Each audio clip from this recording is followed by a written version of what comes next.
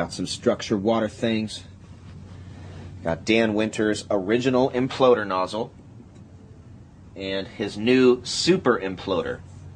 And I'm going to explain the differences between the magnets in the original Imploder versus the magnets in this Super Imploder. I'm also going to be taking a closer look at Clayton Nolte's water structurizer. So this is Dan Winter's Super Imploder, which weighs about 25 pounds. This nozzle came with it. I put some silicone tape around the threading so that it would make a better seal. Pretty easy right there.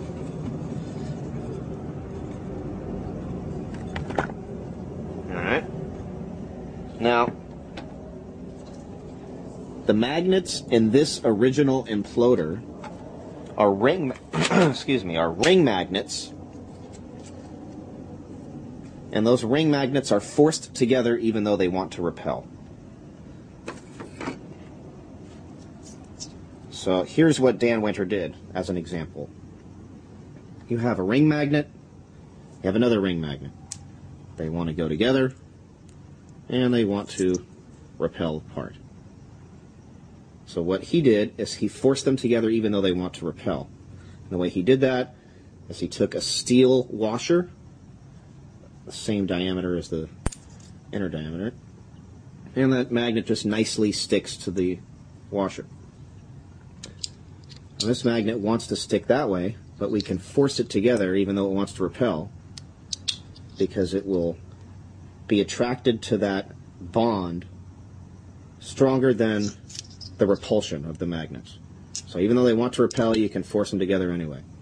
And that's what Dan Winter pretty much has in this PVC pipe. Our neodymium magnets forced together in this fashion, and then the water passes through those rings, comes out the other side. The difference between the Super Imploder and this one is the type and orientation of the magnets. So, in this one, from what I understand, he's using block magnets. Something like this shape. This is just an example. Let's say this is a magnet. So let's say we have two block magnets. And let's say this thing is made of steel or iron. And you have a bracket. So you have the magnet sticking to the bracket, and you have the other magnet sticking to the bracket like that. So these would be north-south, south-north. So the two south poles would be forced together. And then what I think he does in here is he has the tube, and he pretty much just puts the tube through the bracket like that, so that only the south poles are being exposed to the pipe. Now, what happens to a magnetic field when it's next to a piece of iron or steel? So I just quickly drew this out to explain. You have a magnet, and it's got the magnetic fields around it, north and south. When you have a piece of iron or steel next to a magnet, those field lines get sucked into the metal, and they don't circulate around like that anymore. They go into the metal and circulate in the metal. So field lines get drawn into it. So what Dan Winter is doing is he has this bracket, and he has the magnets forced together even though they want to repel. So the pole that he does not want to expose to the water gets drawn into the steel bracket, so that only the south poles are being exposed to the water. And you have the pipe going through the middle. And that is looking at that like that.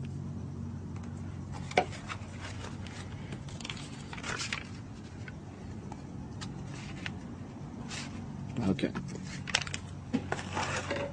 So that's the difference between this and this. It uses much more powerful magnets in this, in a different orientation, and seems to work a lot better, he says. And there are lots of information and data on fractalwater.com and also look down in the links below this video.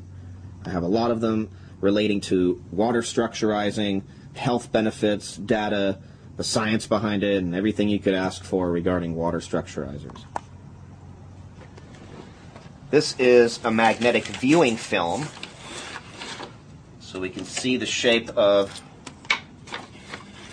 a field. Let's put this right here. There you go.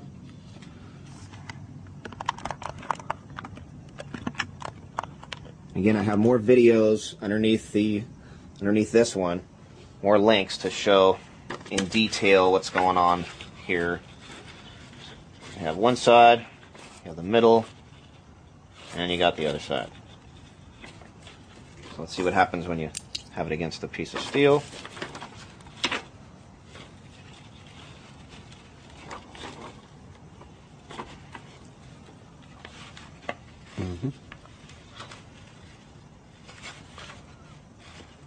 Defined. Not that well defined because it's being sucked up into the metal. Okay, let's see if we can take a look at the fields in the imploder.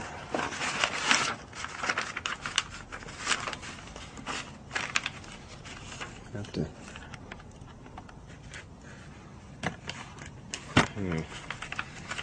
I see one magnet here, because there's the line. That's a pole. That's a pole. Oh, there's another one. So it looks like he has at least 2 sets, if not 4, magnets acting like that in this. And then the PVC pipe around that. So those magnets are not cheap.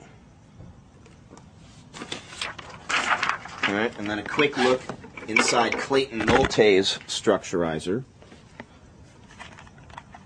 And mine broke in half. So I was pulling on my hose a little too hard and it just snapped in half, but we can at least see inside. So these were glued to the inside. And Clayton Nolte does not use any old plastic. He has done years of research with all sorts of like a combination of materials which are proprietary to his research, but are like a dielectric material and act as fullerenes with little hexagonal and pentagonal holes, very microscopically, which the water passes through. And you can look on structurewaterunit.com and all that info down below. At least we can see what's going on with these. Well, it's cool stuff. And, stay tuned for more updates using this and comparing it to tap water, and also comparing it to Clayton Nolte's device.